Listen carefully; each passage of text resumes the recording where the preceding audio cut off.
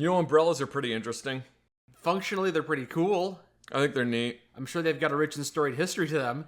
I don't know what the rich and storied history would be. In 1603, a dude held a metal shield over his head, and the first umbrella was invented. And then it collapsed on him because it was poorly made. He died. His name was Richard Umbrella. That must have been the worst shield ever made if it collapsed on him that easily. Oh, it was gifted to him by his enemies. It was a Trojan horse type of shield. It was actually... Yeah, here you go, Richard. We got this wonderful thing for you. It keeps rain off your head. It's called an umbrella. Oh, that looks an awful lot like a bear trap. Yeah, well, it isn't. I wish it was the rainy season so that I could use it more often. I would just walk around with it over your head. It'll be fun. You know what? Do it right now. When it's sunny, it's called a parasol, and you still use it. Use it now. Umbrellas are pretty neat. Yeah? Yeah. Was that something you were pondering on the way here because it was raining? Well, I mean, I brought my umbrella with me. I got a fancy umbrella. Yeah, does it have a button to retract and extend? No, it doesn't have a button to retract and extend. I kind of wish it did. It's very convenient, very compact. I used to have one of those umbrellas that you would push the button and it would go and open, and then you would push another button and it would go and go back in. Oh, okay. Yeah. I don't know what happened to that. I think it broke. Probably a lot of moving parts for a simple umbrella. The problem I have with most umbrellas is the ends of the umbrella are pointy. Mm-hmm. And like where it opens up, not the pointy end, obviously, because like the pointy end is pointy. Yeah, right. You can use it as a weapon, as I've seen it. Here you and can. there. Yeah. You can do that. They actually there's a couple companies that make like super rigid umbrellas that are intended to be used as a defensive implement if you have to. I see. It's an umbrella that can also do double duty as a jab someone in the eyes with it. The umbrella I have is a fancy umbrella, and I am in no way sponsored by this company, but it's a company called Blunt that makes umbrellas. You said it was pointy. No. The problem I have with traditional umbrellas is they're pointy. Oh, so this one is blunt. The Blunt umbrella, you know how it's got the little legs that come out of the top of the umbrella. Sure. That's what. Little spider legs that the flaps attach to. Yeah. This one, I'll just go grab it. All right.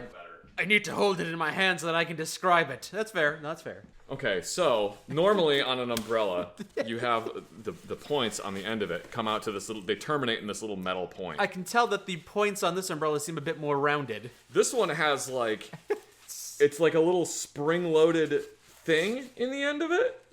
So you can see that as it extends outwards, there's two little arms that are in there, and so the two little arms go and they fill it out. So what ends up happening is the ends of the umbrella, instead of being a little point, that when the wind catches your umbrella, comes back and jabs you in the eye, and now you no longer have one.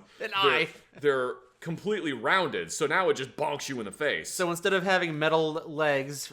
Kind of like a drywall anchor, that when tension is applied to the back of it, it expands outwards. You know what, can I actually... I know you're probably not supposed to do what I'm doing, but I'm probably going to break my umbrella by doing this. Yeah, how much did you spend on this umbrella? It looks nice. Okay, yeah, so it actually is kind of like a drywall anchor on the inside of there.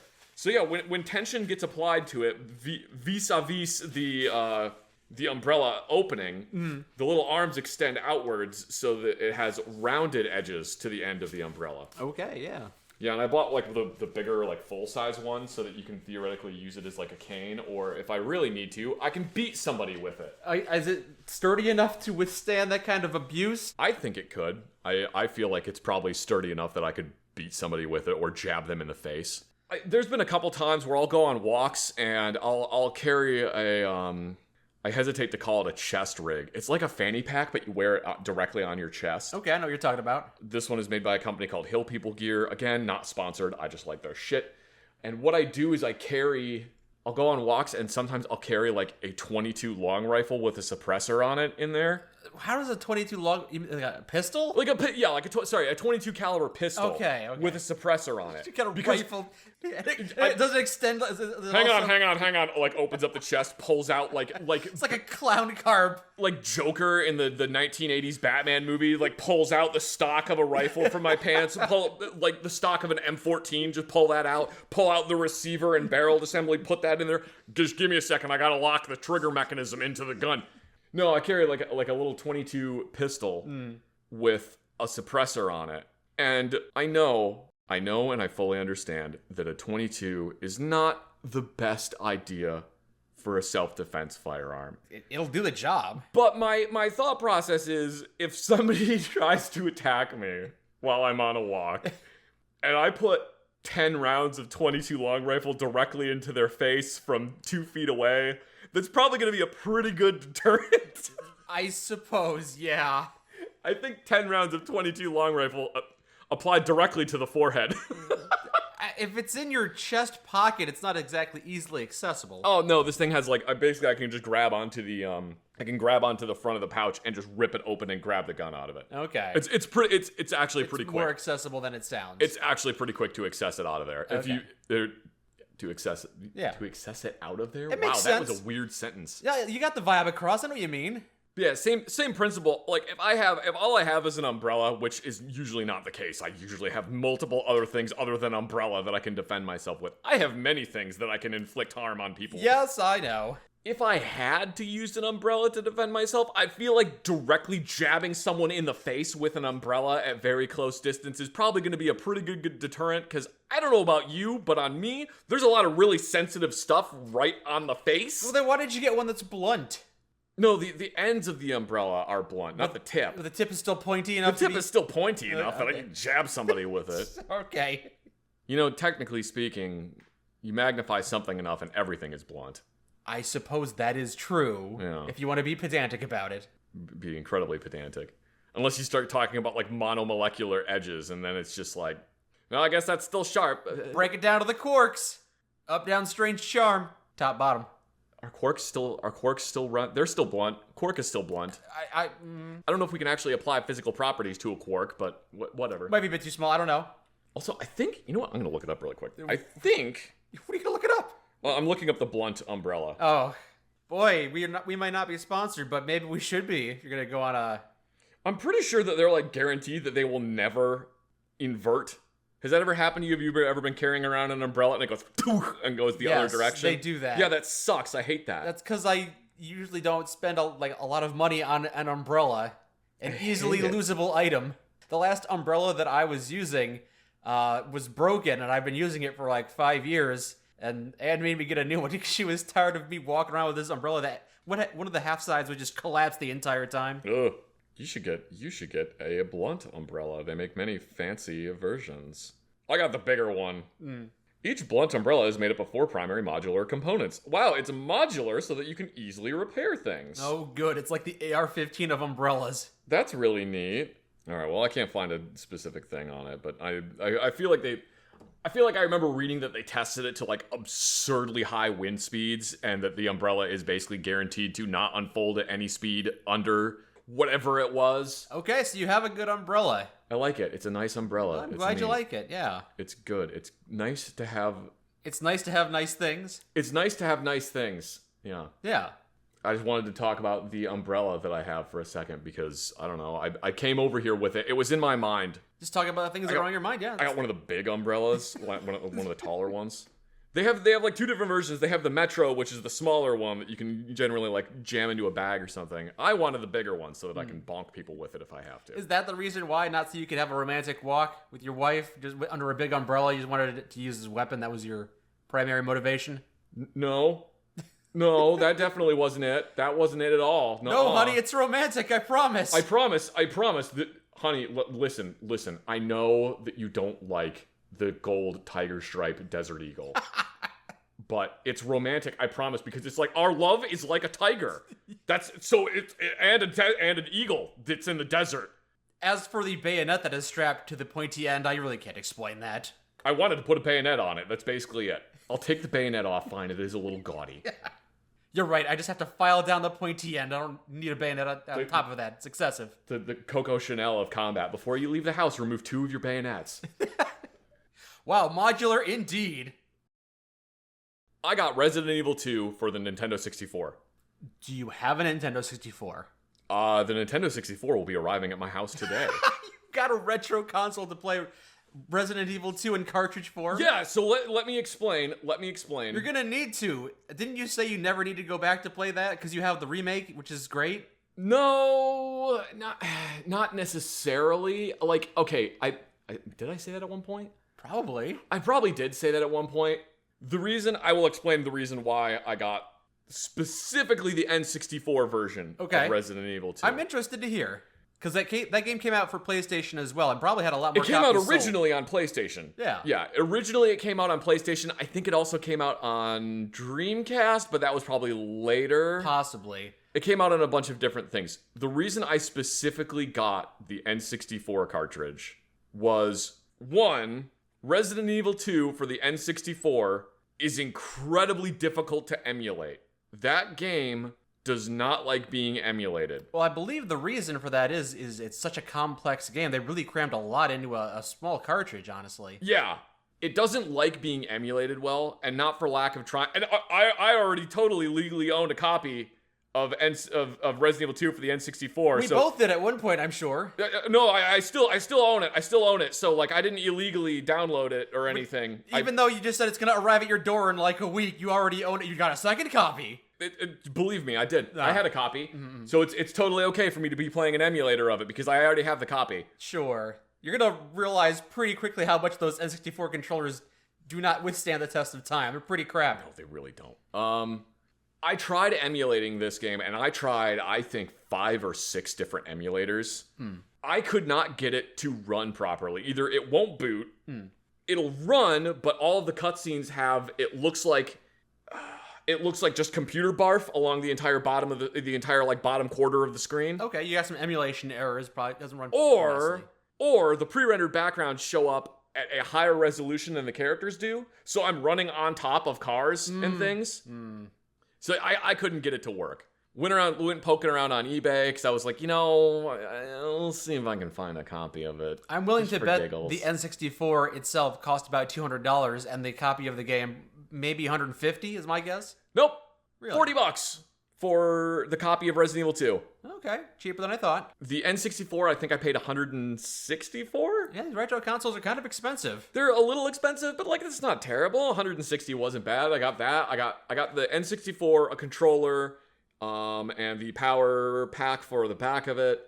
And then like you're not getting into retro gaming because it's cheap. You're getting into retro gaming because you want to play older games. I got that. I got a memory card for the N64 controller that can hold 12 megabytes of data. No, I believe it saves it onto the cartridge. Handy, yes. Because that's one of the benefits of cartridge gaming is that it saves the data onto the cartridge. Well, sometimes. I remember Bomberman 64, sometimes you had data you saved on a memory card pack. And anyway. It depends on the game. I got a thing that plugs into the back of it that converts the component out to HDMI out, and then does like some fun scaling stuff on the back end. So the problem with playing retro games on modern TVs is that most modern TVs are not set up to accept component.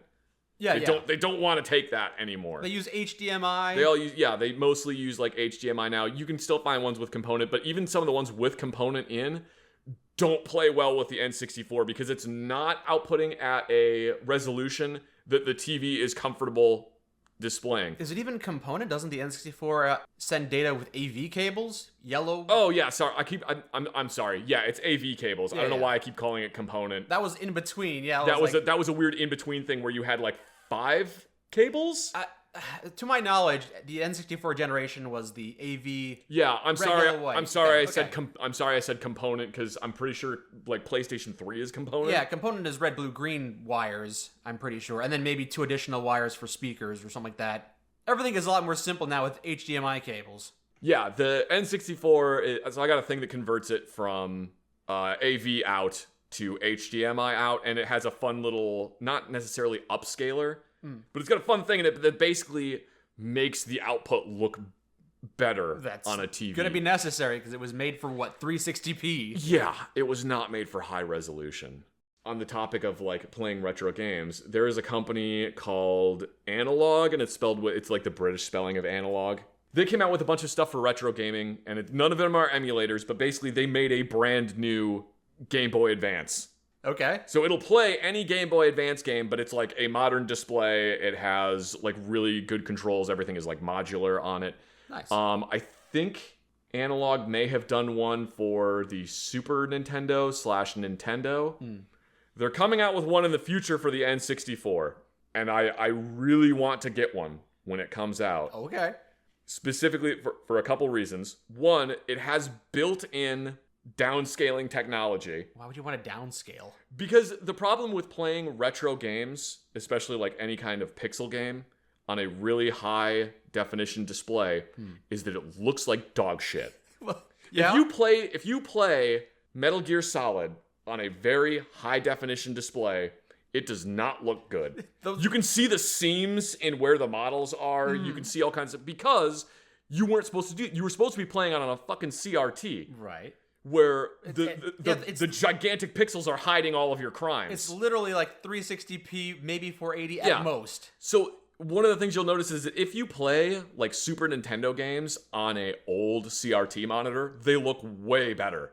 Even though the monitor you're playing it on is in higher definition, old Super Nintendo games, in my opinion, and this is just my opinion, look way better on CRT monitors. Metal Gear Solid looks better on like 360p. You know, if you want, I've got a CRTV downstairs you can have. It's just been in storage for a while. Well, no, the reason I want the analog is because it's a modern console. The controller is a normal for now traditional shaped controller. You don't have the incredibly goofy N64 controller. Which, like, God, that controller's so weird. But you, see, okay, before we go any further, you say you're getting an N64 controller. You specifically went out of your way to get the copy for the Nintendo 64 and the Nintendo 64. Yeah, because I'm impatient and I'm not willing to wait for the analog to come out. With the goofy controller. But why didn't you look into other options? It's not only available on N64. That came out first, as you said, on PlayStation. The reason I didn't go looking for other options is because, one, when Resident Evil 2 came out, Capcom contracted Angel Studios to find a way to put Resident Evil 2 onto the N64.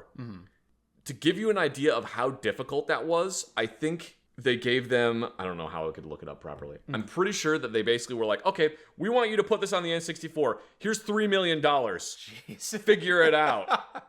I'm sorry, it was a budget of $1 million, not $3 million. I'm pretty sure that Resident Evil 2 on its own, like the PlayStation 2 version, is like 1.2 gigabytes. They figured out how to cram 1.2 gigabytes onto like a...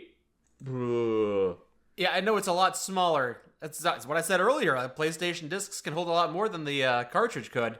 The PlayStation version with 2 CD-ROMs of up to 700 megabytes per disc was faithfully replicated with unique enhancements on a 64 megabyte N64 cartridge. It's technologically very impressive. I don't know how they did that. I really don't. There's apparently really weird stuff happening in the back end, and I would love to do a video on this at some point in the future. I need to do more research. That was part of the reason I bought it, was so that I can play more of the game and do more research on it. But there's like apparently goofy stuff happening in the back end, like when the character is on screen, the polygons of that character that you cannot see, the engine doesn't even render them. Okay. It's just like, nope, they're gone, they don't exist. Drop anything that I am not currently using to make this work. They somehow got all of the video, like the pre-rendered video, onto the N64. Again, I don't know how the fuck they did that. Most of the cutscenes on N64 games are all real-time rendered cutscenes. Right. Because like video files, yeah. No, not video files. They're being rendered as the game is running. Oh, yeah. Putting a video file on an N64 cartridge is like, why? You know how little space we have on this thing? Why are you trying to put a video on there? Don't do that. Make the engine render the video. But because so much of Resident Evil 2 has pre-rendered backgrounds and pre-rendered cutscenes, they had to figure out how to put those onto the N64 cartridge, which results in they look kind of muddy and not great. Okay. The cutscenes don't look amazing, but they're on there, which is, again, like technologically impressive. The other reason I got the N64 version of Resident Evil 2 is because the N64 version of Resident Evil 2 has features that no other version of Resident Evil 2 has. Such as what? Different costumes. There's a whole thing in the N64 version where if you can make it from the start of the game to the police department without saving and without picking up any items, you find the zombie version of Brad Vickers there. You kill him, and you take a key off of him, which gets you access to a room that has different outfits. And I think it's like 4 different outfits for each character. I forget how many it is. I'm sorry if I get it wrong. Okay. But there's several different outfits for each character. There's also alternate weapons you can get for each character. One of the outfits for Leon, he holds the pistol when he aims the gun, instead of doing the normal like 2-handed aiming. Like a professional. Yeah. He holds the gun sideways, like he's in a gangster movie. Yeah, it's a kill move. He holds the gun sideways, which is why in the Resident Evil 2 remake, when you get the alternate gun for Leon in the alternate story mode, he holds it sideways.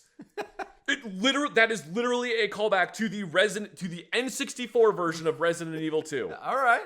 A fun little Easter egg, I suppose. So not only did they figure out how to cram Resident Evil 2 onto an N64 cartridge, technically impressive. They also added extra costumes to it. Is it worth the extra? If it were just the extra stuff, would you still want the N64 version instead of like a PlayStation? I imagine you could probably get it even emulated on a PlayStation 3. You could probably get it through their store. Yeah, probably. Yeah, probably. It's probably so easy to just spend $10, get it on your PlayStation, 5.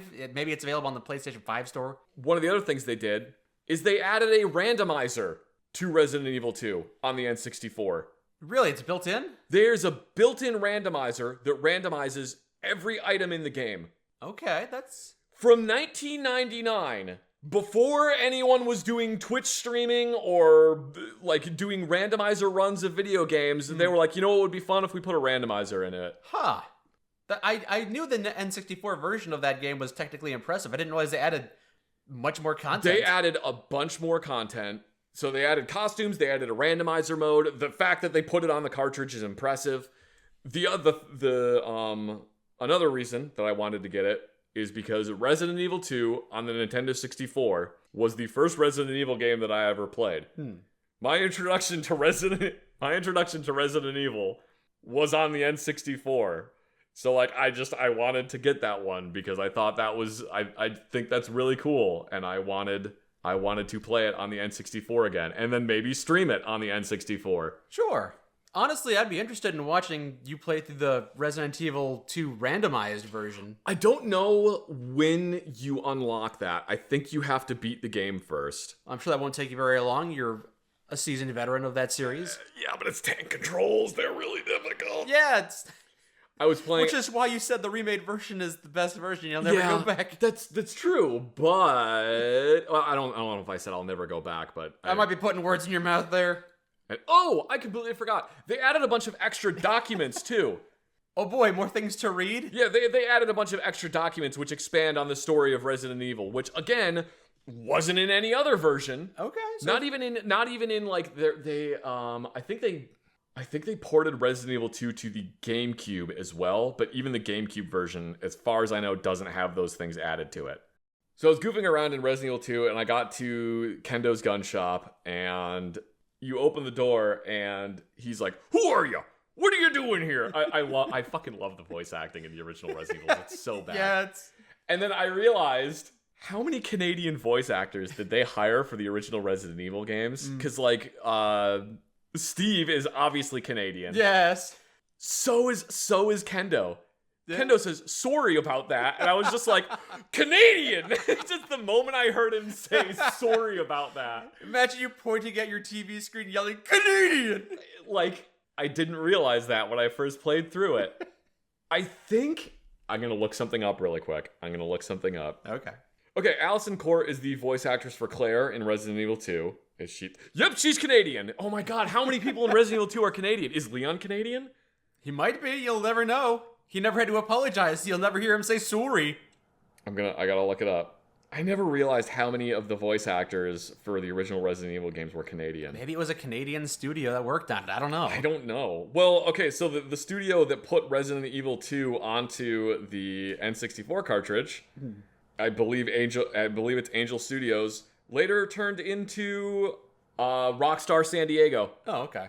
It's the same studio. Rockstar San Diego basically figured out how to jam it onto the N64. Okay. Oh my god, they did that with only 10 people? was ported to the console by a team led by 9 full-time and 1 part-time personnel from Angel Studios. Yeah, back in the days, those studios were not very big. Holy crap! These days, studios have tens of hundreds, if not thousands of people working on a game. And no, back then it was like 12 guys in a shed. This version offers features that were not included on any other system, such as alternate costumes, the ability to adjust the degree of violence and to change the blood color, a randomizer to place items differently during each playthrough, and a more responsive first-person control scheme.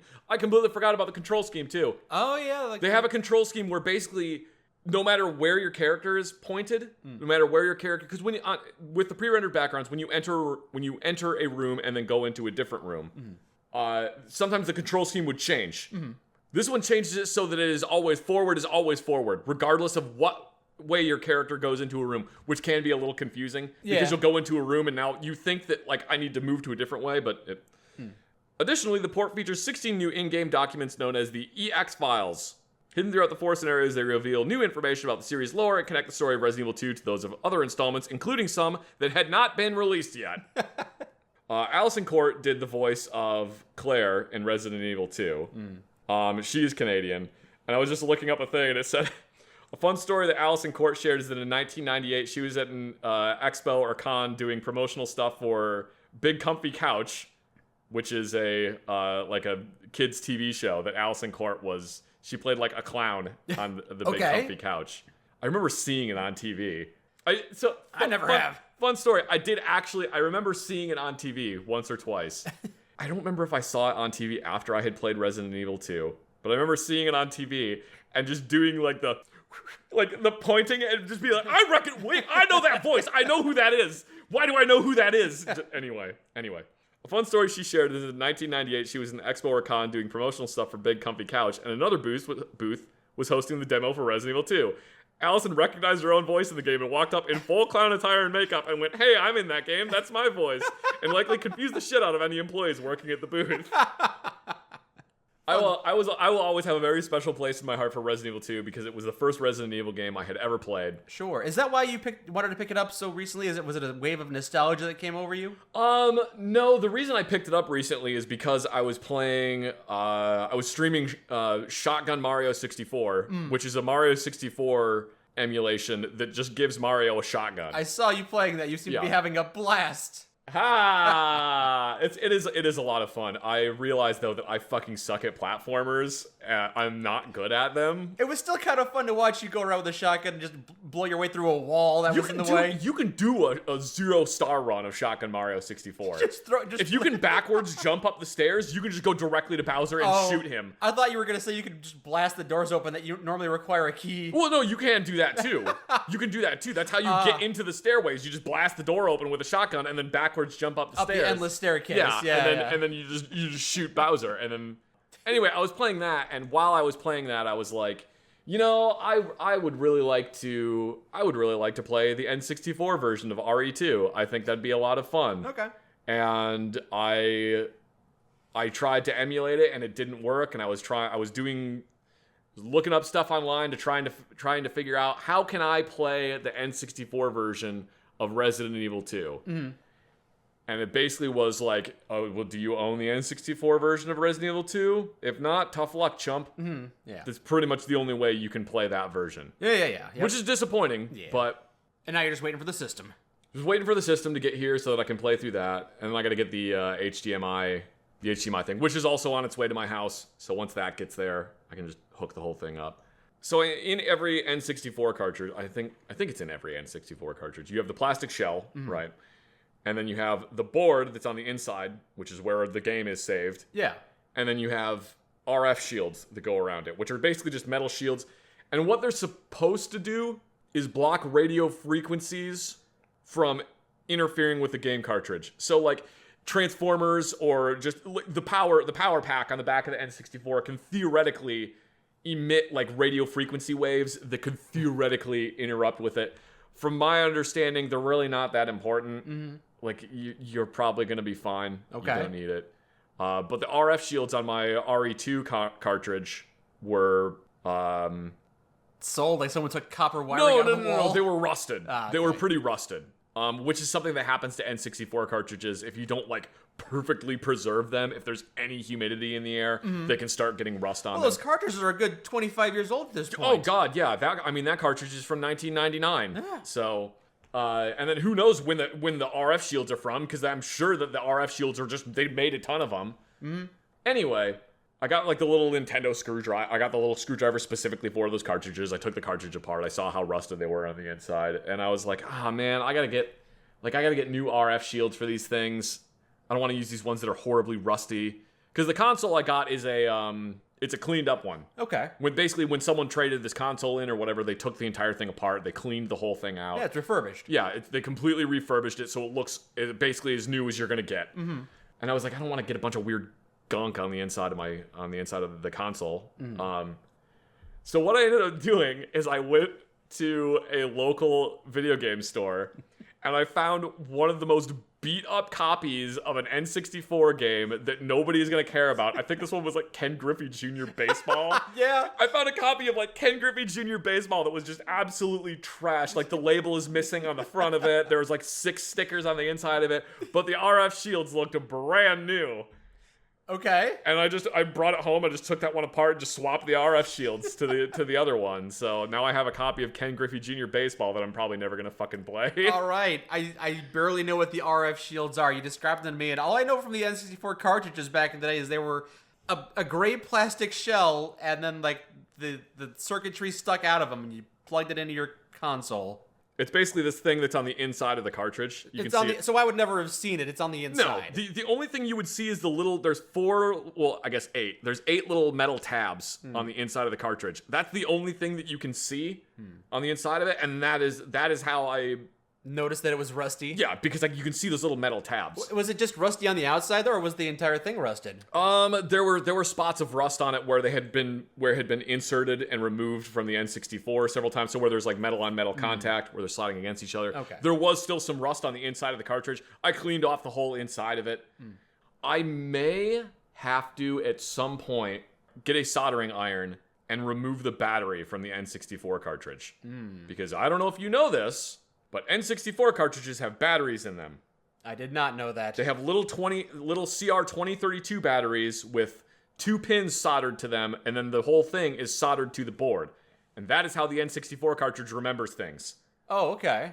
Is there's actually a little tiny battery in there, like a watch battery. And those watch batteries are good for, I don't know, like 10 years? They can last longer. It depends on how much, it depends on a whole bunch of factors. But so if that thing dies, it's not going to save data. Yeah, if it dies, it won't save data anymore, which is something that happens with old Nintendo games. Is like people are now going and being like, oh, you know what? I really want to play Pokemon Red. It's been years since I played that, and they'll play it for a bit and then save their game and then turn the thing off. And when they turn it back on, it didn't save any of their data because the battery's dead. Right. Yeah. So that's a thing on Game Boy cartridges. That's the thing on the N64 cartridges. That's not a thing on the Switch cartridges because those are basically just like a SD card. Yeah, technology has improved so much. Yeah, technology has improved substantially. These, I don't know specifically why they need to have a battery. I think it's because it's like, we don't need to go into the nitty-gritty technical details. It was just old technology. Yeah, it's older technology. They have to have a battery in it. So at some point, I might have to take the cartridge apart again and swap the battery out. That's one of the things I'm going to have to test when I actually get the N64 and it's all hooked up and I can play it. You need to make sure it can save your data. Yeah, can it actually save data anymore? I don't know. Otherwise, you're going to be one of those folks that just never turn off your system because then your save data gets erased. No, I won't go that far. I basically have 2 options when I replace the battery on it. They do still sell batteries that you can put into N64 cartridges because that is something that other things need, is a little CR2032. I think most computers actually have like a little CR2032 battery in it. Like most desktop computers have that because it's just a way of saving like the BIOS of the system and then also the like what time it is on the computer. Even when the power is turned out, even when you unplug the computer and you transport it somewhere else, it still remembers what time it is and has everything because there's not power still going to it. So it still has all the basic stuff saved on there. There's 2 options that you can do for that. One is they still sell the little battery with the terminals already soldered to it, and then now I have to desolder the old one from the board, put it on there, and resolder it. Or the other option, which I don't know if it will fit. I think it will. I'm not positive. They make a little battery tray that you can just pop a battery into it. So that way in the future, another 10 years down the road when I'm 50 something, if I still need to change the battery in my Resident Evil 2 cartridge that I'm playing on my N64, if it even is still freaking working then I can just pop the battery out and just put a new one in there. I don't have to solder anything. All right, come with me, sir. We're putting you in home. All right, let me grab my PlayStation 2. Let me get my N64. Sure, Grandpa. And my soldering iron. I need to replace the battery on my cartridge. No, you're not allowed to have a soldering iron. That would be me. Yeah, I need to bring my soldering iron. You can't have one. What's a soldering iron? Yeah, I'm very excited to get that and try this thing out. I hope it's gonna work. I really want to stream playing RE2. I think that'll be a lot of fun to do. I'm sure it will be. The randomizer sounds like a lot of fun. Yeah, just playing the randomizer sounds like a blast in and of itself. And that means I'm gonna have to get a bunch of other N64 games. I gotta get Kirby 64. God, it's been so long since I played Kirby 64. I love that game. You're gonna have to build up your old N64 library again. I didn't own that many N64 games, but the ones I did have, I really liked playing. Those things can be, the retro games can get pricey. Dude, that's why whenever I have a Nintendo Switch, that's why whenever I buy any Nintendo game for the Nintendo Switch, I always buy physical copies because they basically don't depreciate. Yeah. They basically don't. Yeah, that's why I just always buy physical copies so that in 10 years, if I'm just like, yeah, I don't play the Nintendo Switch anymore, I don't want to keep this thing, I can basically make the exact same amount of money selling Zelda as I paid for it initially. It is kind of frustrating if you're a buyer of those things, how little they depreciate. Yeah, it can definitely be frustrating. The thing that's frustrating to me is when it's games that, I'm trying to think of specific examples, but it's like, oh, I would really love to play this game, but the only way you can play it is by buying a Super Nintendo cartridge. And one Super Nintendo cartridge of this game costs $300. Exactly, yeah. Like, I would love to play Earthbound. You don't own a physical copy? Get fucked, nerd. Yeah. I think they just put Earthbound on like the Super Nintendo eShop on Switch. I could be wrong, but I think they did. Well, it's like fucking... I want to play the GameCube version of Twilight Princess. There is no port for that. There's no port for it. If I want to play the GameCube version of Twilight Princess, you have to just buy a GameCube. That's the only way to do it. And then copies of Twilight Princess, you know what, I'm going to check. All right. I'm going to check. Because they're not cheap. $144 for new in box. $94 for just the disc. So yeah, $100. $39 for the case. Without the disc, you don't get the disc, you don't get the manual, you get the case. Just the box it came in. Oh, I'm sorry, that one does come with the manual. I'm sorry, I was wrong. But yeah, it's stuff like that makes retro gaming really difficult and infuriating. And prohibitively expensive for a lot of people. And prohibitively expensive. Games like, I remember older games like Mercenaries for the PlayStation 2. I had so much fun playing that game. But like, emulating it is really the only way to play it because they haven't ported it to anything. Yeah. They won't port it to anything. That game was an absolute riot. I love that game. That was so much fun. But like, the thing that's frustrating to me about emulating games is like, you're gonna get a fucking virus. Yeah. Trying to find the specific game, like you're gonna get a virus. Possibly, yeah. But on the other hand, if you want to play a game in the best possible way, sometimes emulating it is the best way because the companies that made the game don't care enough about it. The companies that own the intellectual property rights just leave it to rot. The thing that's really frustrating, though, is when it's companies like Nintendo who are basically going, no, you can't emulate our games. Stop emulating our games. We're going to fucking sue you. Well, will you give me like a way to play it legitimately? No. Go buy a Game Boy. If you want to play a specific SNES game on a Nintendo console, maybe in 3 years it'll be the one game of the week that gets drip-fed out of their store. Yeah. It's really frustrating. I wish that Nintendo would get with the times and stop being so like just absolutely pedantic about some of this shit. Another really good example is Metal Gear Solid 4, which was on the PS3. Oh, speaking of a game that you want to play but you really can't now. I am so glad that the Metal Gear Master Collection, Volume 2, that's coming out, I want to say later this year, I could be wrong. Metal Gear Solid Master Collection Volume 2 is going to have Metal Gear Solid 4 on it. Oh, okay. Because up until now, the PlayStation 3 emulators, from my understanding, weren't great, and Metal Gear Solid 4 is so tied in with the PlayStation's hardware Yeah. that it does not want to be emulated. To add insult to injury, because it was a launch title for the PS3, they made it on discs that have started falling apart. So even if you own a copy of it and a functional PlayStation 3, it might not work because the disc might not. I've seen so many people that are like, they're posting on different forums like, help, I really want to play this game. I can't fucking do it because it just gets stuck at this loading screen. And the answer is basically, yeah, you're buy another copy of it and hope that one works. Wow. Because like the discs have started internally falling apart and they're getting data loss. Well, I do hope this re-release version from Konami is good, but it's also Konami, and they've kind of been making pachinko machines for 10 years, so I'm hoping it's good. I don't want to say anything positive about Konami. It kind of seems like they're trying again. Metal Gear Solid Delta has almost all of the original voice lines. They've brought David Hayter to help do promotional materials for it. Excellent. I don't know if Metal Gear Delta, if they re-recorded all the voice lines. I don't think that's the case. Or if they just maybe had people come in and do. They probably tweaked the audio a little bit and improved it as best they could. It seems like they actually care. The Master Collection, there were some issues with it. I don't recall what all of them were, but like, I can play all those games now. They all run. I don't necessarily want to say good things about Konami because they were real fucking greedy. Yeah, they've been a really bad company for a long time. But like, it kind of seems like they're at least trying. I am very apprehensive because I am a big Metal Gear Solid fan as well. I played a lot of Metal Gear Solid 2 and Metal Gear Solid 3, and I was happy to have the entire thing wrapped up in Metal Gear Solid 4. I enjoyed the finale so much that I haven't even tried Metal Gear Solid 5. But Metal Gear Solid 5 is really good. It's a really good game. It's a lot of fun. It's not finished. Yeah, that's what it's not actually finished. The game just kind of ends. Yeah, that's what I've been told. I'm very cautiously optimistic about Metal Gear Delta. Very, very cautiously optimistic.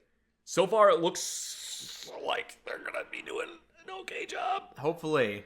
If you make a good game, I'll consider buying it, depending on the price range and everything. But you actually gotta make a good game. That's just how the business works. So many game companies out there don't want to make a good game. They want to sell you skins for their game. Sell you more shit. Or pachinko machines or other nonsense. They don't actually want to make a good game. But if you make a good game, I'll consider buying it. That's how Bethesda, it works. with Fallout 76. Are we going to transition? Are we shifting away from what we're talking about? No, I just wanted to throw that one out there really quick. Okay. So yeah, I'm really excited to get the N64 and like goof around with this stuff. I hope that I can get one of the analog... I think it's called the Analog 3D. I hope I can get one of those when it comes out. Sure. Like, that seems like the best way to play N64 games. Speaking of N64 games you want to play, I'd love to play Banjo-Kazooie and Banjo-Tooie, but the best version of those games are available on Xbox through the Rare Replay. But I want to play it on my PC. I don't want to have to go out and buy a retro Xbox console specifically to play those two games. Don't they have it on, like, the Xbox, not live, what the hell is it called? Basically, like, if it's on Xbox, that means you can basically play it on PC. It's not on PC. If it were on PC, I would buy it in a heartbeat because I love those games so much. Yeah, but it's like, I think you just have to use you could do it with the Xbox Cloud Gaming, but then the problem is you're doing cloud gaming. Yeah, it's cloud gaming, so unless I want to have, like, two seconds of input delay every time I jump. Why not just let... The game takes up no space. It fits on a 64 megabyte cartridge. Right, yeah. Why not just let people download it? That's one of the infuriating things about retro gaming. I guess really the only way you can play it on PC is, again, emulate it. And that's the thing. If I do feel the itch to play it, I do emulate it, but the N64 version of those games, when they re-released those games on Xbox, they made some improvements. They added hints to help you figure out where the collectibles are. The frame rate runs better. The notes that you gather don't reset, because originally you have to get all 100 collectible notes in one go, and if you don't, and you didn't get enough of them, you got to go back and get every single one of them again. It's really tedious if you don't get them all in your first go. So the Xbox version is better, and I would love to play that version, but I can't. unless I want to shell out money for a console. I wonder how bad the input lag is on that one for cloud gaming. Even on top of that, I have to buy Xbox Live just to play a retro game from 20 years ago. I don't want to do that. It is kind of nice playing older games on the original hardware. It's nostalgic. That's why it's kind of nice doing sometimes, I suppose. I remember a while ago, Nintendo came out with like the mini NES console that had, I forget how many games on it. 8, 12. Yeah. And then they came out with a Super Nintendo, the mini Super Nintendo. They had however many games on it. 15, whatever. And then everybody was like, yeah, you're going to do the N64 next, right? And they're like, what's an N64? I've never heard of that. Yeah. It's sometimes I don't understand it, and it just seems like they're being cartoonishly evil on purpose. They're just being willfully incompetent. Yeah, it's really strange. Just sitting there on the sidelines yelling, let me give you money, and they're like, no. Anyway, I'm going to be playing Resident Evil 2 on the N64. I hope you have fun with that. Sorry about that. It's always fun to revisit things like that. If it's randomized every time, it's going to be another fun run.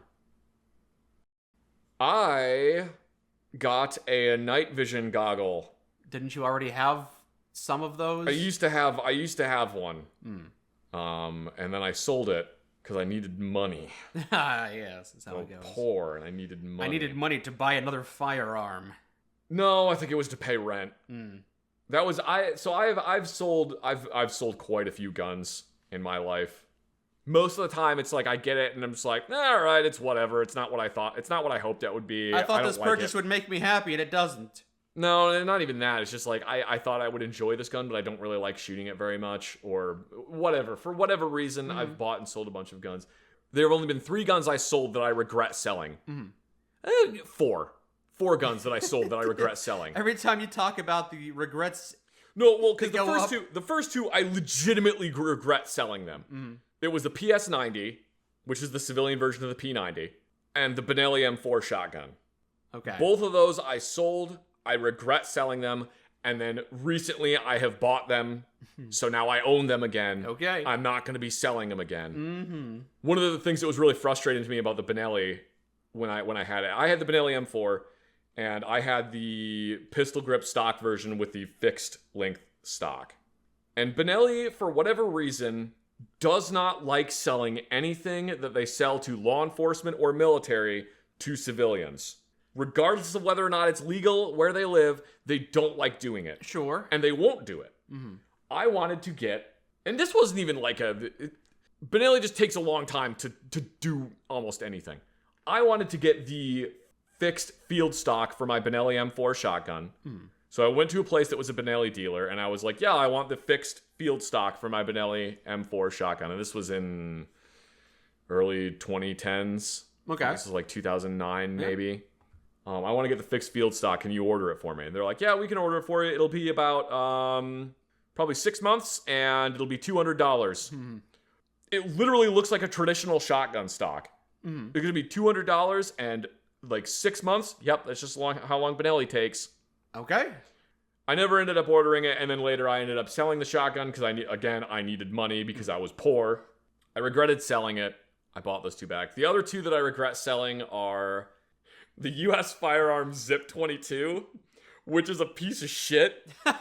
That gun is fucking terrible. That is widely regarded as one of the worst guns ever made. I can see why you wanted to sell it then. It's so bad that it killed the company that made it. The company that made that gun no longer exists. So now you want it because it's a piece of history. I bought it because I thought it looked kind of cool. Some guns can... We didn't know. When it first came out, we didn't know how bad it was. We didn't know. I'm sure there are people who are much smarter than me that had inklings that this gun is going to be trash.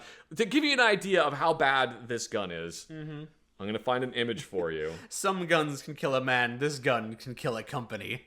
That's their slogan. So I'm going to show you a fun image of the Zip 22. On every gun, you have a little lever or something that you have to pull that pulls the bolt or whatever back to load a cartridge into it. On the Zip 22, it's these 2 trapezoidal things. On the front? On the front. That there is 1/2 inch to 1 inch between the front of that lever and the muzzle. So it's asking you to Put your hand near the muzzle of a gun. It is asking you to put your hand directly above and almost in front of the muzzle to push this thing back to load the gun. Well, I would say putting your hands near the muzzle is dangerous, but it's obviously unloaded. And, I would say that would be a concern if this gun was actually capable of fucking working when you pull the trigger on it. The Zip 22, I need to save. Why do you regret selling it? Sounds like getting rid of it was a great decision. I regret selling. Okay, so I bought it. I couldn't get it to fucking work, obviously, because it's a piece of shit. Yeah. I couldn't get it to work. And then I ended up selling it for like basically the same price I paid for it before anybody else knew that it was a piece of shit. I was like, I gotta offload this fucking trash before anyone else knows how bad it is. But now I kind of regret selling it just because of how fucking terrible it is. Yeah. I kind of regret it. I almost want to get another one and just like put it in like a fucking plaque, or just get another one and literally just encase it in an acrylic cube and be like, you'll never hurt anyone again. You could be a hobbyist machining your own add-ons to that and trying to improve it. Like, I make a video about how I fixed this crappy gun. Yeah. No, there's no fixing Zip 22. Don't get me wrong. There's no fixing it. You can't fix it. It's just bad. It's really bad. To fix it would be to design a completely different gun. To melt it down. To fix it would be go back in time and go to U.S. Firearms and be like, hey, you guys, you make really good single action revolvers. You make really good single action revolvers. Do not make this thing. It will kill you. Yeah, the Zip 22 is a massive piece of trash. They like absolutely suck. I don't know how you could make one function better other than just throwing it away and buying like a Ruger Mark IV. Gotcha. They're really bad. And it's like, that's the only reason I want one is because of how fucking terrible they are. It's like, I want a Liberator pistol. The Liberator pistol was this World War I pistol that is a single shot 45 ACP handgun. And it is miserable to shoot one. It is absolutely god awful. There's a Forgotten Weapons video where they're shooting one and When he dislocates his arm? No. There's a Forgotten Weapons video where they're shooting them, and Ian's like, what do I win if I hit the target? And he's like, you don't get to shoot it anymore. I want a Liberator pistol just because of how fucking terrible they are. I love the Liberator pistol. I think there's a company that builds reproductions of them. Including a non-firing one, which I almost would be more inclined to get the non-firing one just so that I'm not tempted to shoot it and I don't hurt myself. Yeah. The whole point of the Liberator pistol, and it's literally called the FP45 because it was originally made under the code name Piece of shit. No, that is appropriate. No, it was made under the code name Flare Projector. So that if any spies found any information on it, they would just be like, oh, it's a flare gun. It's not actually a pistol. To give you an idea of how bad the Liberator pistol is, the barrel is made out of a piece of sheet metal that's just folded over and then tack welded together. The way you unload the Liberator pistol 45 is when it was dropped, it came in a little cardboard box, right? Yeah. The way you load it is you pull the breech block back and rotate it, and you have to pull it back under heavy spring pressure or spring tension and rotate it to the side. Then you literally use a wooden dowel that the gun is supplied with to pop the old cartridge out of the barrel like it's a muzzle loader. You drop the new cartridge in, you lift the plate up, rotate the breech back, and then fire it. Now you have to repeat that entire process. It takes like, if I'm being incredibly generous and assuming that you've done nothing but train with this gun, it takes like 30 seconds to reload this gun after firing it. It sucks. The entire gun's purpose is you literally sneak up behind a dude. This is in World War II. You sneak up behind a dude, you pop him in the side of the head with the Liberator pistol, then you steal his gun. And then throw the Liberator away. So here's my theory. What if the company that made this firearm did it intentionally? They created a bad gun to place next to their other guns to make their other guns seem better by comparison. I mean, that would be pretty funny, but it's literally, it was a resistance gun. They made tons of them because it was incredibly cheap. The whole thing is made out of folded sheet metal. It's incredibly cheap. They made thousands of these things. I don't actually know how many they made. Millions! I don't think they made millions. They made a ton of these things, and then you just airdrop them behind enemy lines so that the resistance has them, and then you can use them to shoot a Nazi in the head and then take his gun.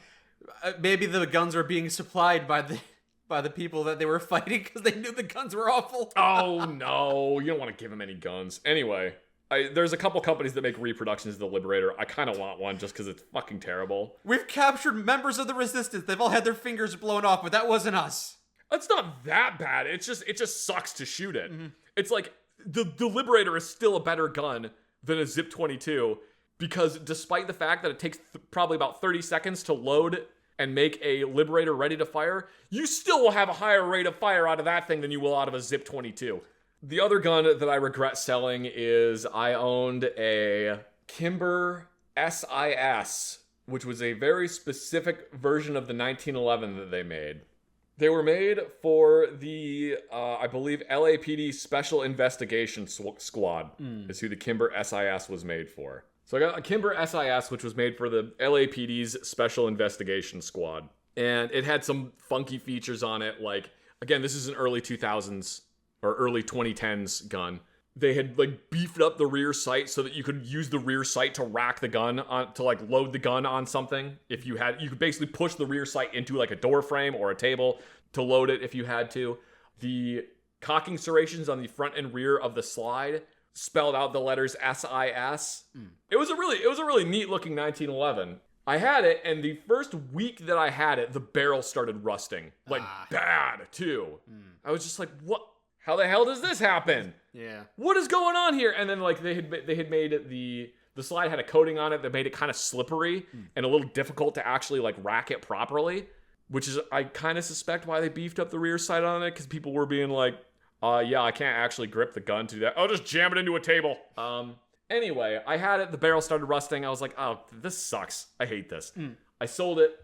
The week after I sold it, like almost the day after I sold that gun, the LAPD Special Investigation Squad went, hey, Kimber, you weren't supposed to sell that gun to anyone. You were making those guns under contract for us, and you were not supposed to sell them. And Kimber went, oh, whoopsie doodle, and then just stopped selling them, and then the price for them went through the roof. Oh, bummer. For you, who had already sold Yep, those. who had already sold the gun. The price for them, like, quadrupled the day after I sold it. And I'm just like, the fuck is this shit? So the other guns that you regret selling, you went back and repurchased, but maybe not this one. No, not that one. Still pricey. You only regret selling it because if you had held on to it for a few more days, you could have made a bit more money. Yes, I could have made more money. That's the only reason I regret selling that gun. I don't regret anything else about it. It wasn't, I didn't enjoy it. I didn't think it was a fun gun to shoot. Oh, it's a 1911. It's a fine gun to shoot. I just didn't. You weren't wowed by it. That's fine. Anyway, I got night vision. Oh yeah, the original thing you're talking about, the night vision goggle. Yeah, the original thing. I got a night vision goggle. I put it on my helmet and went walking around with it outside last night. At night? At nighttime, I was just like walking around with night vision on, being like, oh, this is great. It is great. It's fun. I like doing it. Yeah, it's crazy technology. It's nuts. I like doing it. I forgot how much I missed having a night vision goggle. Just the sheer amount of stars that you can see is incredibly impressive. Oh. You can see a lot of stars. I saw like 5 or 6 satellites.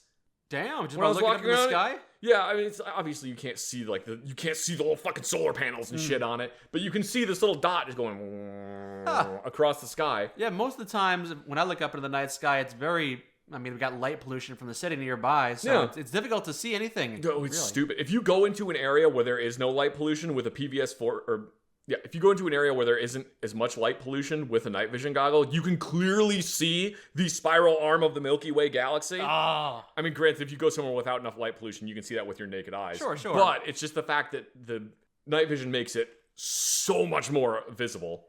Does the night vision have any color distortion? It is monochromatic. That is the problem with most night vision, is that it is monochromatic. I kind of figured, but the way you were describing the arm of the Milky Way beautifully made me think that maybe they'd have some you can just see all of the like points of light of that. Yeah. So that's incredibly beautiful to see that. Yeah. The one I have is there's basically like 2 different versions of night vision that are out now. There's a lot of versions of night vision, but the 2 primary versions that are out now that you can get are green phosphor and white phosphor. White phosphor is basically you're looking at everything in grayscale. Green phosphor is you're looking at everything in monochromatic green. Everything is just different shades of green. And like while I was walking around, it's interesting walking around like that because the like I saw a thing in the field near where I was walking, and it's like I could tell that it wasn't part of the field because it didn't have the same texture is grass, but I couldn't tell what it was until I shined an IR light on it, and it's a rabbit. Oh, Then I could clearly define, like I could see its eyes glowing and I could see its ears. Okay. But because I didn't have a specific light on it, it just looked like a dark shape. It looked like a rock, basically. Yeah. It's really neat using that because like stuff looks different under IR light. Things are different, like they have different qualities when you're shining IR light on them. That sounds really fun. It's really cool. I'm glad I got night vision again. I missed having a PVS 14. Gonna have to go on a couple of more night walks to see what other crazy things you can find. Dude, night vision shit is fucking expensive too. Yeah, I know. I don't have any. It's really expensive. You still got one though. It didn't stop you. It's really I traded a gun for it. Of course. I traded a gun for the night vision.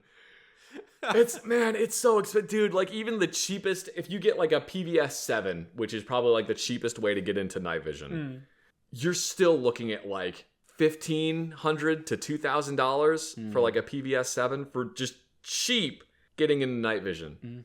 And that's just the thing. That's not talking about now you have to have a helmet or something to attach it to. You have to have either a helmet or like a skull crusher mount or something. Then you got to buy the arm that attaches to the night vision. Like, man, that stuff is freaking expensive.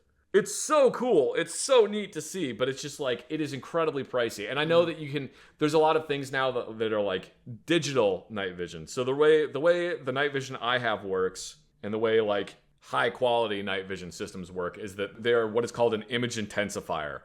It's a tube, like, it's a cathode ray tube, basically, that is absorbing light and then amplifying that light and outputting it. Okay, yeah. The big stupid way that I have found to describe it is it's almost like film for a camera that is just constantly refreshing. Okay. So the act of it being exposed to light is producing an image and it constantly is refreshing that image. So it is literally analog technology. Digital night vision is the newest thing that's coming out, and it's getting there. It's getting better, but it's still not great. There's a lot of problems with like image resolution because like the resolution on night vision goggles is stupid good. Really? Yeah, it's very good. It's just you're looking at everything in a monochromatic image. Yeah. The resolution on digital night vision is getting there. It's getting better, but from what I understand, there's still a lot of problems with it. One of the things that I've seen people do for like cheap night vision is they buy this thing called the Psionics Aurora, which is an action camera that has a low light mode. And I've seen some people like attaching that to a helmet and using it, but I from what I understand, it doesn't work that great. It's not the best option.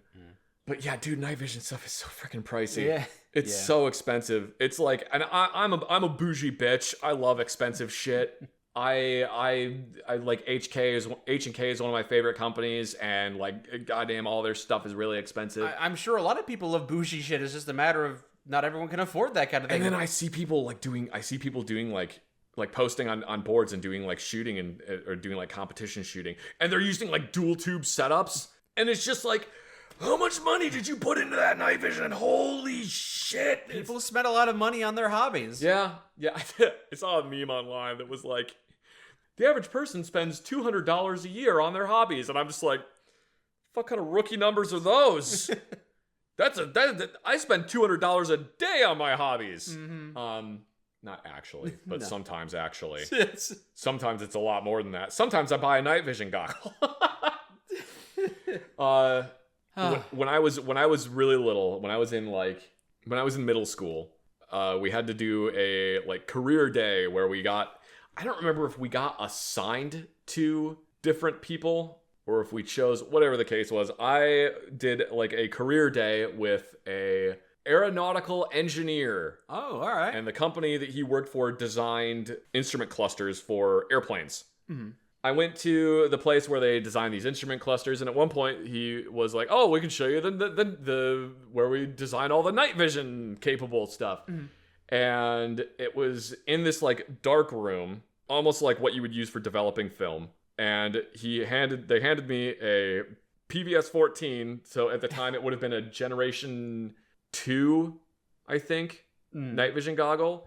And I was more enamored with the night vision than I was with the instrument clusters. I thought the night vision was the coolest thing I had ever seen in my entire life. And for like years after that, I was like constantly searching on eBay for night vision. And like there wasn't any night vision. There wasn't any good night vision that you could get as a civilian at that time. I thought it was just the coolest thing I had ever seen in my entire life. And then I remember I went on a field exercise. I joined the military. I went on a field exercise, and they had issued us night vision for this field exercise. I don't remember why, but they had issued us night vision. You finally had it. I spent probably like 4 hours sitting. I used like 2 batteries in my night vision, sitting on the back of my truck, staring at stars, and then just like walking around with the night vision on, looking at crap. That sounds great. It was super fun. It was great. And I think that one was a PVS 7. So the difference is there's the PVS 7 and then the PVS 14. And the 7 is it is a single image intensifier tube, but it goes to 2 lenses. So there's basically a thing in it that's like a pair of binoculars that the light comes in through the front, it splits the light into 2 images and puts that onto 2 eyes. The disadvantage of the PVS 7 is you lose like almost all of your depth perception because it turns you into a cyclops. You're now looking out of one lens in the front of it. Right, yeah. When you called it a goggle, that was my assumption, yes. That word is normally pluralized. The problem with the PVS 7 is you've turned yourself into a cyclops. You lose a lot of your depth perception. The story I told about when I went on the like night driving thing and I got a concussion riding in the Humvee. Yeah. Because I got thrown all over the place in the back of it and I bonked my head. Yeah, riding the 5th. Yeah, that was during the night driving course. So after I had the concussion, probably about like an hour or 2 later, I was feeling substantially better. And was this before or after? I don't remember. It doesn't matter. On account of the concussion, I don't remember. Yeah. During the night driving course, I had a pair of I had the PVS 7 on. So you have to drive the Humvee at nighttime wearing the night vision goggle. And it's kind of like doing a normal driver's test, except that you're outside and you're driving through like trails. So it's kind of like doing your driver's test to get your driver's license. But it's more just to prove that you can drive with night vision on. Okay. You were an expert at that then? Well, if by expert you mean I ran over like 3 trees because my depth perception was completely gone by use of this single lens binocular. Is that top of your class, though? I don't know where that would necessarily place. Yeah, I'm not sure. It's still a passing grade. I remember the lieutenant that was riding in the vehicle with me is like, there's a tree there. And I'm like, yeah, I don't know how far away it is, neither do I. And then we hear, oh, okay, we hit it. It's like, when you can't tell how far away something is. It's ridiculous. It's either really big and far away or really close and thunk. You think, like, because they tell you, oh yeah, your depth perception is going to be pretty bad with a PVS 7, just so you know. Like, it's going to be pretty bad. They tell you that, and you think, oh, it can't be that bad. And then next thing you know, you're running over a tree. The 14 is, your depth perception is a little better, but it's only better because it's just a single tube. So your other eye is still open, but now your other eye doesn't have night vision. Yeah. A lot of people are going to what are called dual tube setups where they have 2 PVS 14s. Or if you're super rich guy, you get these things called panos. The Hands of Fate? No, that's an amazing movie. No, like panographic. I see. They call them panos. Or GPNVG, which is ground panoramic night vision. That is a thing that looks like 4 lenses. Panos are stupid expensive, like the price of a car expensive, wow. Like $30,000 expensive. I don't know what civilians are buying those, but I know there are civilians that own them. The cool thing about panos is it's basically like, it's almost like you're wearing 2 PVS 7s, but you have 4 lenses. So it's giving you a full panographic view. The problem with wearing one night vision goggle is you're just looking through one tube. You know, most of the times I hear people talk about night vision, they're saying night vision goggles. I've always imagined them having 2 sets, one for each eye. Well, because like the older ones were... Were they cheaper to produce? No, night vision has always been pretty expensive to produce. The older ones were basically a thing where it's like 2 lenses, but there's like 1 image intensifier. Oh. Or it's 2 image intensifiers, but it's like generation 1 night vision or like generation 0 night vision, which is really old. there was actually night vision systems in World War II, interestingly. The Germans had a system that I believe was called the Vampire, which was basically an attachment system that went to the STG-44, though I would presume you could attach it to other things potentially. But it had a literal backpack that was like a car battery to power the thing, because you had to have a gigantic infrared light attached to it that would make the light that this thing could see. They had night vision like all the way back then. They didn't have a lot of it. It was another one of like the German Wunderwaffen that didn't really actually do much of anything. Really cool concept. It's just like, I don't remember if the US had night vision in World War II. If they did, it was like a hyper experimental thing. Earlier night vision is like, night vision goggles are quite literally like, you strapped a pair of binoculars to your head. They're like these big chunky things. The PVS-14 is a marvel of miniaturization because it's very small. Oh, okay. It's like a handheld binocular that you would use for looking at birds. I was just imagining a pair of binoculars cut in half, but it's actually pretty small. They're relatively small. And then what a lot of people will do now is they'll get two of those. And there's trade-offs to doing each one. Like, you can do single tube night vision, which is what I have because I'm relatively cheap and I don't want to buy a second night vision goggle. Right. The advantage of doing single tube night vision is that you still have a really good idea of what's happening around you. What happens to a lot of people when they put two night vision goggles on is they won't realize how much ambient light is actually around them. So like, they'll have dual tube setups, but then they'll just be standing like almost perfectly illuminated by something. When you have one night vision goggle, you can still see with your other eye, and you can tell like, oh, this area I'm standing in is dark. There's a light over there that I can see. There's blah, blah, blah, blah, I blah. can see if you're trying to remain concealed, how that would be important. But if you're just a guy lying in the back of your truck looking up at the night sky... Yeah, then it doesn't really matter. Yeah.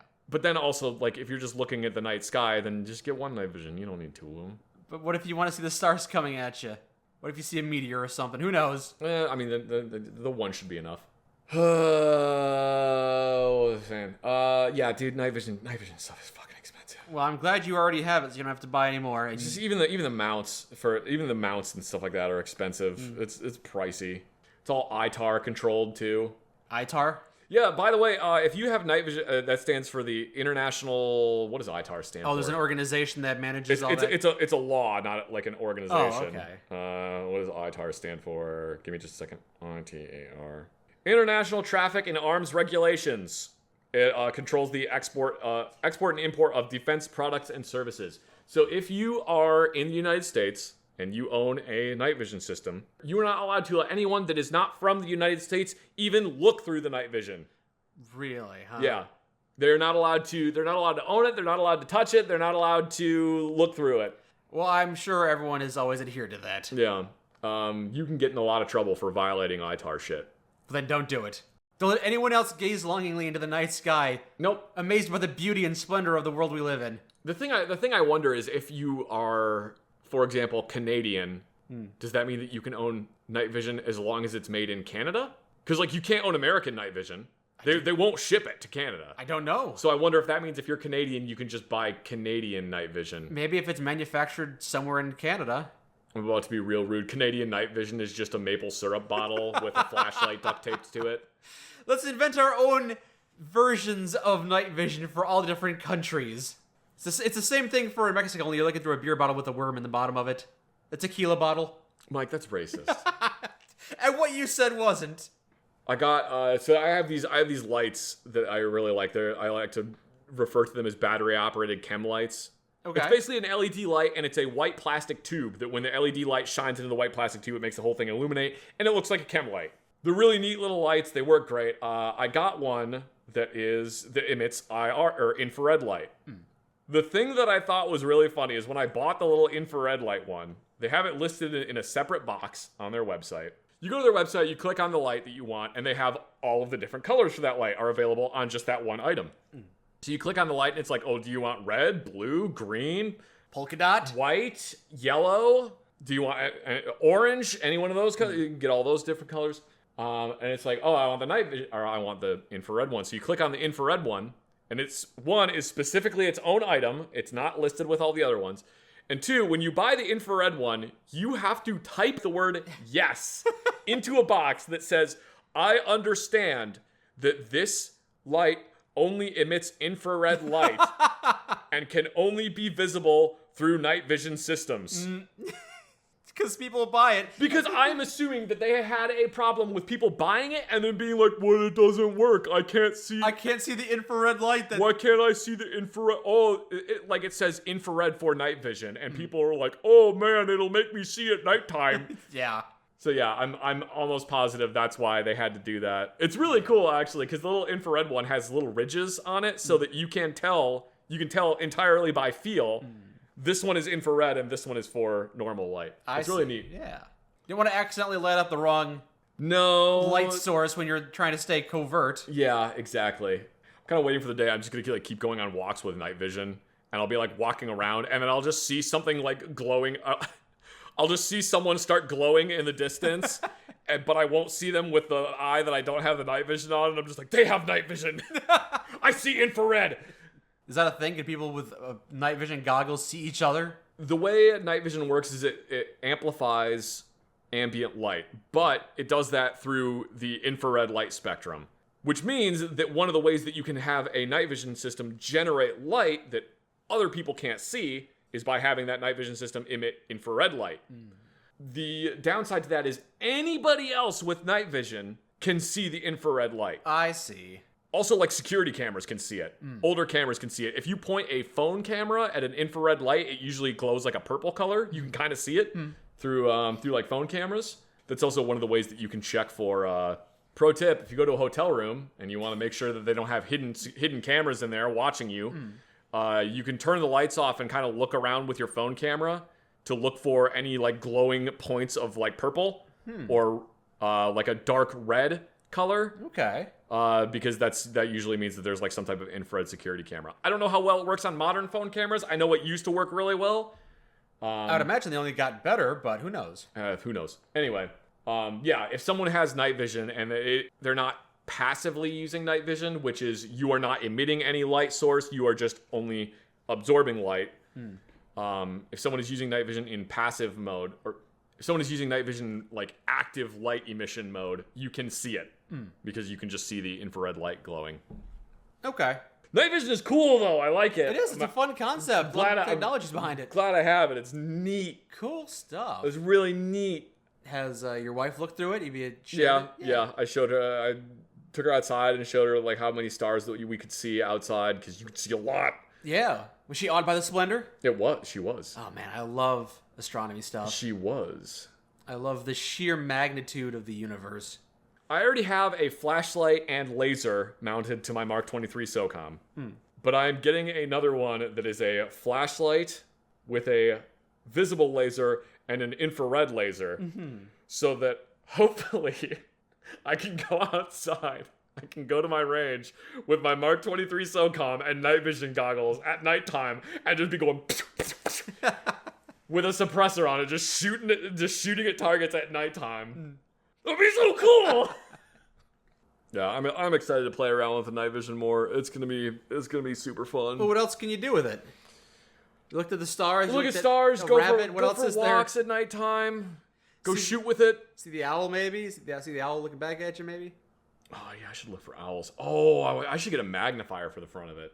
They make magnifiers that go on the front of the night vision so that you can use them for looking at stuff that's like farther away. Already buying more accessories for it. Yeah, I can see why it's expensive. I'm gonna have to get more stuff. Buy more stuff. If I can actually find a way to do more training shooting at nighttime with night vision on, it would be really cool to be able to go to like shooting competitions. Nighttime shooting competitions? They have them. They do have them. I just I need to do more training for it. Sure. So I'm not sure if my range will allow me to shoot after sunset. In low light conditions, yes. I don't think they will. I mean, if I'm shooting suppressed, they're never going to find out. It's not silent. They can't hear it. Well, you've been in a couple of shooting competitions. I've been in a few. I try to do them semi-regularly. I'm not great. I'm decent. Yeah. I'm combat effective. It's respectable. I usually finish right about in the middle. And basically like any of them, I'm usually like right about in the middle. That's fine. Besides night vision and guns and N64 retro games, been doing anything else recently? No, I'm just trying to organize my room. Yeah, it's a bit messy. It's still like I just need to get stuff put on the shelves. Ah, I see. Gotta get things organized. Mm-hmm. I saw you got a copy of Still Wakes the Deep recently. I did. I need to try that game. Did you see that I played that with my girlfriend recently? Is that what inspired you, or did you see it from somewhere else? I had seen the game already, and then I saw that you had played it with her. I didn't watch it because I didn't want to like spoil anything. That's understandable. But yeah, I saw that. I had seen it previously, and I thought it looked kind of cool. And then my wife had watched that, and she said that it kind of reminded her, like, had a similar vibe to Alien Isolation. That was kind of why I was like, okay, yeah, I'll give it a try then. The entire time I was playing it, I was like, Zach would love this. It feels like Alien Isolation. And then my girlfriend Anna's like, this seems like a game Zach would enjoy. I feel like it's Alien Isolation. So yeah. Yeah, I'll definitely give it a try. And honestly, I enjoyed it too.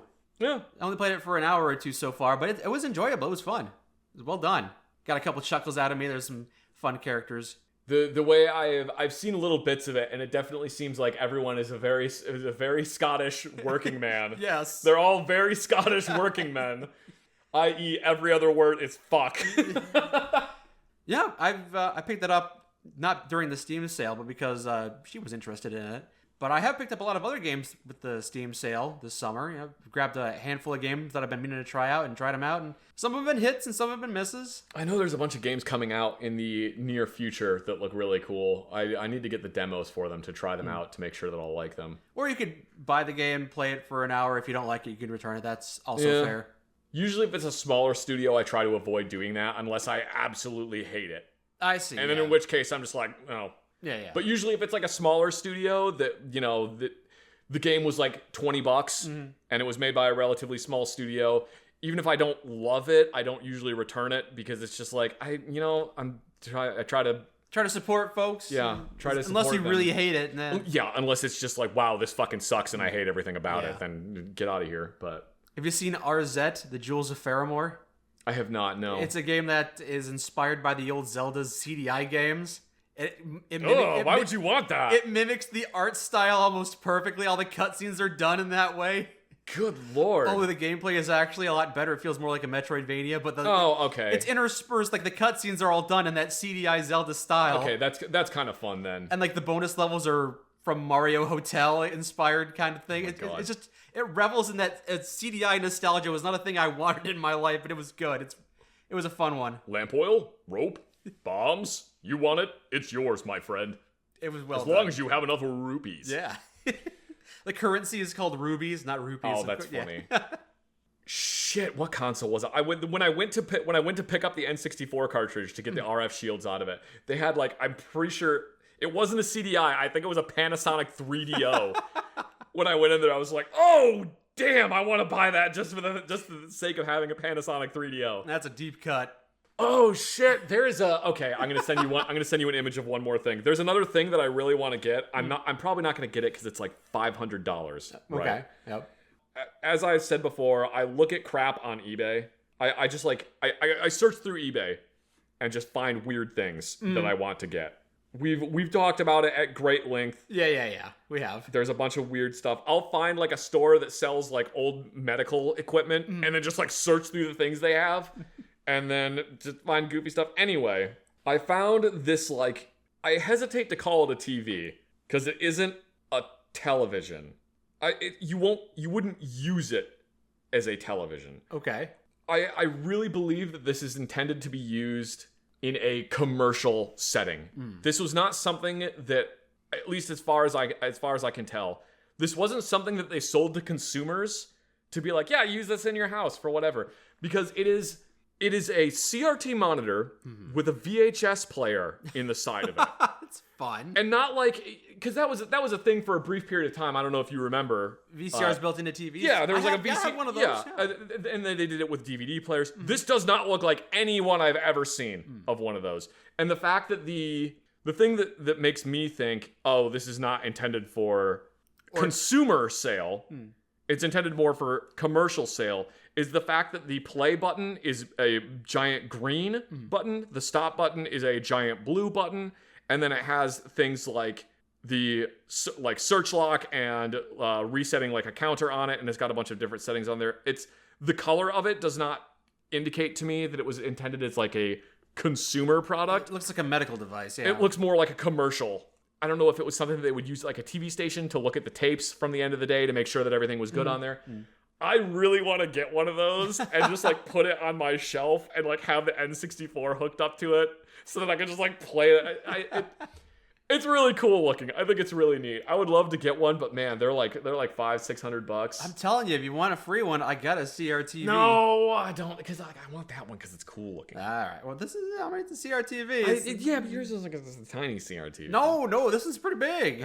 Sorry, that's what I meant. Yours is like a bigger CRT. I don't want to put that thing. You want to go to the Oh my god, dude! People go nuts for CRT monitors now, especially like the Sony Trinitron monitors. Any of those things, they pay stupid amounts of money for them, and they weigh like 200 pounds. Yeah, they're heavy. God, they're so heavy. Oh, they're heavy. Yeah, I should get that thing so I can just do retro gaming on it. Speaking of retro gaming and retro monitors, my dad had a flat screen TV in his basement for the last 10, 15 years. And the flat screen TVs from that era, this is a big one. Like it's like 6 feet tall. Like it's just a big screen TV. But it came out when big screen TVs were just coming out, so it's still standard definition. So imagine a standard definition image blown up to the size of a wall. God. It's not. Was it one of the projector? No, maybe not the size of a wall, but it's like it's like a 40-inch screen. Well, I know, but they had like these. I remember growing up. They had these massive like. They were in the literal sense of the word flat screen because it was a projector. But even still, it's a projector inside a giant wooden box. Yeah. So it weighs like 200 something pounds. It is nuts. Now they have like projector TVs that like one of my friends has a projector TV that he got for absurdly cheap that is like the size of a computer case, but it projects like a 100 something inch screen onto your wall that is 4K resolution. I don't know how this level of definition can exist from a television. It's impressive. It's nuts. Yeah. I mean, you walk through the electronics store today and you see all these screens and you stare at them for a moment because they're hot. They're really nice. They got these LCD or whatever screens, OLED, whatever they're called. And you just watch the videos and you're like, wow, this is amazing. It's so crystalline, clear, it's pristine and beautiful. And then you go to this TV that my dad's got in his basement and it's just, it's a CRT TV. It's 360p. It's just blown up really big. That's one of the things that's kind of disappointing to me is like I went back and I watched the original episodes of Star Wars. So 4, 5, and 6. Okay. And when you watch episodes like 4, 5, and 6 in like high definition, you actually start to notice a bunch of stuff that you wish you hadn't noticed. Oh yeah? Like the scene where Luke is learning to use the lightsaber. He's on board the Millennium Falcon and he's learning to like handle the lightsaber. I realized when I watched it that there's just a bunch of garbage bags with blankets. It's like they just stuffed a blanket into a garbage bag and then threw it up into a rack up there. And it's like that is just a white garbage bag. That is a white plastic garbage bag. Yeah. Like in one of the scenes in Empire Strikes Back when they're in like the snow speeder, I realized that there's like on the straps for the harness that like holds them into the seat, there's just like bubble wrap on there. And it's like I wish I hadn't noticed that. And now that I've told you, you know about it too. Yeah. But yeah, it's a movie from the 1970s. Of course, there's goofy stuff like that. But yeah, it's sometimes when you watch older things in higher definition, I don't want to say it ruins it, but you notice things that you kind of wish you hadn't noticed. Yeah, some things are just better in standard definition. Yeah, especially if they were made for standard definition. When you watch them in like high definition, it kind of ruins it a little bit. Yeah, like you were saying with Metal Gear Solid, bringing it back around, blowing that up to standard higher definition. You see all the seams and stuff. It kind of makes it not look as good. So. And that's what they say about horror games too. Back then things were very nondescript, very blurry, low textures and everything. And then you try and convert that into something high resolution, and it loses a lot of its scariness because your brain can't just fill in the blanks with its imagination. You see what it is, and it's just not as scary. That's one of the reasons that I like the game Faith the Unholy Trinity so much, is because that game looks like an Atari game. But that is one of the scariest games I have ever played in my entire life. Oh yeah? He did so much with so little to make that game, as scary as it is. It is amazing.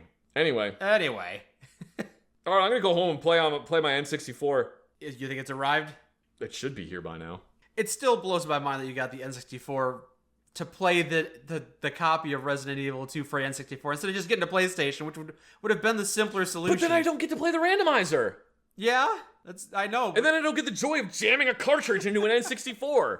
And then it doesn't work, so I pull the cartridge out and I blow on it, and then I put the cartridge back in, and then it still doesn't work, and then I bonk it, and then it works. Yeah, because you're not supposed to blow in them. You're supposed to not blow into them. That's no, you're supposed to use rubbing alcohol, something like to that. clean the contacts off, or just like compressed air. If you, it's probably not dusty. Like hopefully, yeah. No. I don't know why people are blowing in them. I don't know why they thought that would work. I'm not sure. I don't know. It's probably one of those things that gets circulated because it worked for somebody once. So they go, "Oh, that's how you do it." Maybe I had a Nintendo Entertainment System when I was in the military. That I swear to God, the only way to make it work was by putting the cartridge in there and then shoving a pencil on top of the cartridge to force it down a little bit. To like force it down just a little bit more. That was the only way we could get it to work. Cartridge gaming is weird. Yeah. Thank God we moved past it and then gone back to it once that kind of technology improved. Yeah, I still would prefer cartridge gaming over like CD gaming because CDs will start to like fall apart. Yeah, stupid CDs falling apart. Unlike you getting an N64 cartridge that you have to repair with another N64 cartridge. Shut up. Shut up. Yeah, the thing that was funny was going there and buying the copy of Ken Griffey Jr. Baseball was cheaper than ordering RF Shields online. I believe that, yeah. Because a set of RF Shields online was like, it would have been like $9 plus shipping. The cartridge that I bought was $3. You gotta replace the shields on that with the bad shields you had and try and resell Ken Griffey Jr. for 99 cents.